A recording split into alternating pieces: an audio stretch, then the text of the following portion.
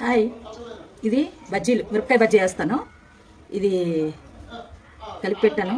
ఇదేమంటే బియ్యం పిండి, శనగపిండి, కార్న్ పౌడర్, ఈ మూడు వేసాను మిరపకాయ బజ్జీకి. మీరు కూడా ఇలా ట్రై చేసి చూడండి. ఇవి కట్ చేసి గింజలు తీసేసాను. ఇందులో ఇది వాము, సాల్టు,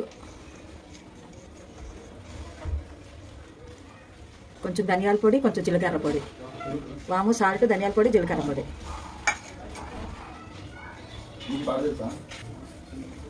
ఇందులో ఏడుగా ఫీల్ చేసుకోవాలి. కొంచెం కొంచెం జస్ట్ ఇది మనం శనగపిండి అవి వేసి మిర్చి తింటాం కదా, మనం మిర్చి తింటాం కాబట్టి కొంచెం గ్యాస్ట్రిక్వి అలాంటివి ఉన్న ప్రాబ్లం మంచిగా అవుతుంది. వాము వల్ల జీర్ణం అవుతుంది. చాలా బాగుంటుంది ఎలాగేసుకుంటే.